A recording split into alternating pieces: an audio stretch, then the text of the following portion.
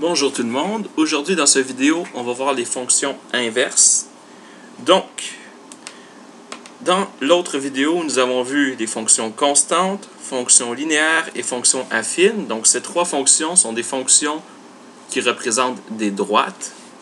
Nous allons voir aujourd'hui une fonction qui ne représente pas une droite. Donc pour une situation dans laquelle on n'a pas une droite, parfois ça va être une fonction inverse.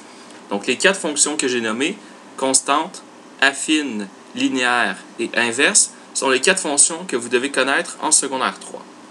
Donc on va lire la situation ici. Pour la fête surprise de Clara, ses amis décident de louer une piste de rollerblade / disco. Donc une piste de rollerblade, il y a de la musique disco et tout ça. Ça coûte 480 $ pour une après-midi la location de la salle. Elle décide de partager la facture également entre tous les invités. On s'intéresse à la relation entre le prix que chacun devra payer et le nombre d'invités. Donc ici, avant de se lancer dans un graphique, on va se faire une petite table de valeurs pour bien observer la situation. Donc si on dit que X, c'est le nombre d'invités. Et on dit que Y, c'est le prix que chacun devra payer.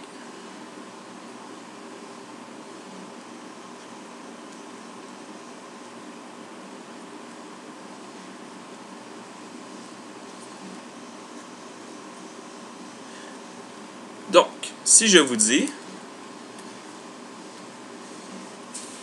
je vais faire des droites, ça va être plus beau.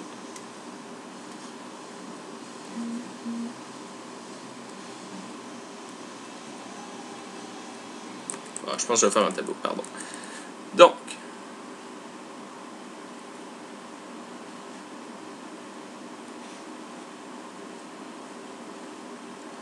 si on se dit qu'il y a une seule personne,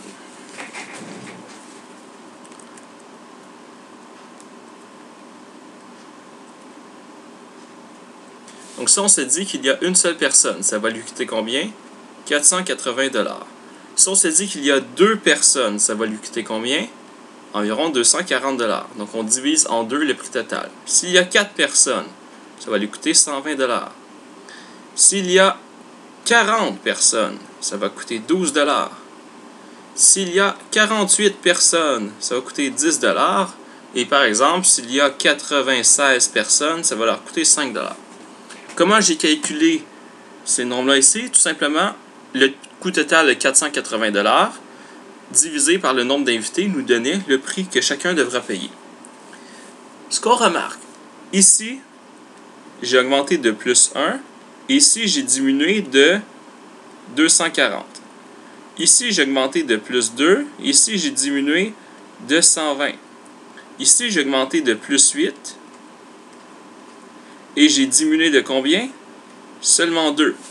Est-ce que ça semble être une variation qui est constante?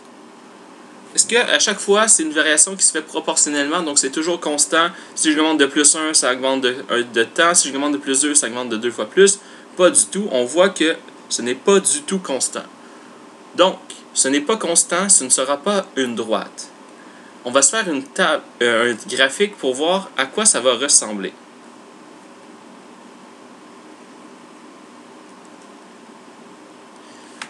Donc ici, en X, je me rends jusqu'à 100 environ. Donc on va dire que ça c'est 50, 25, 25.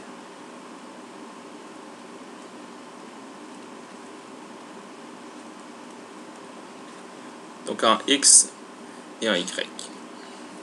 Et en Y, on allait jusqu'à 480. Donc 480, 240.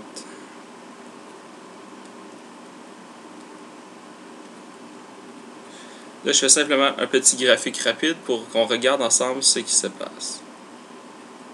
Et donc, si j'ai un invité, ça coûte 480.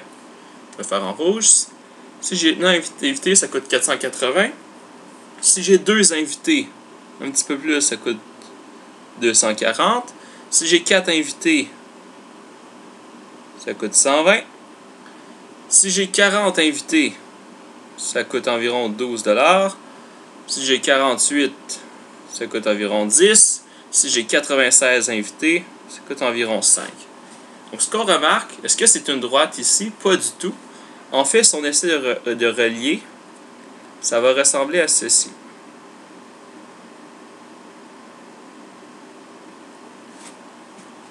Bon.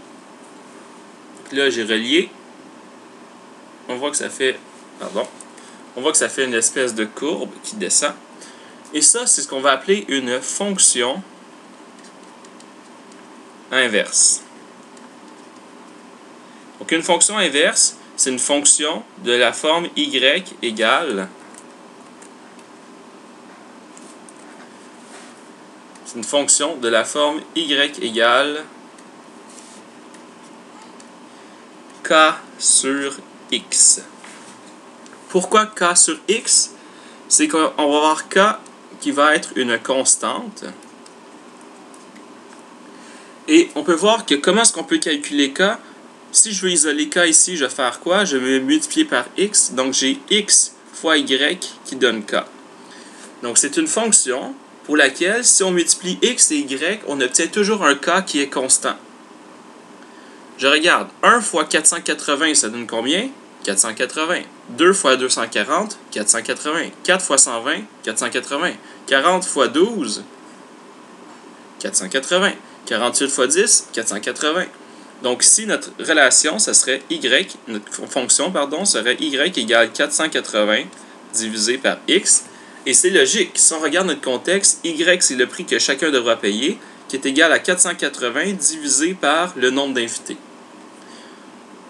Donc, comment est-ce qu'on trouve la fonction? On prend deux points, on les multiplie. Si vous multipliez les points et que ça donne toujours le même nombre, vous avez une fonction inverse de la forme y égale k sur x. Voilà, c'était tout pour aujourd'hui. Donc ça, c'est la fonction inverse.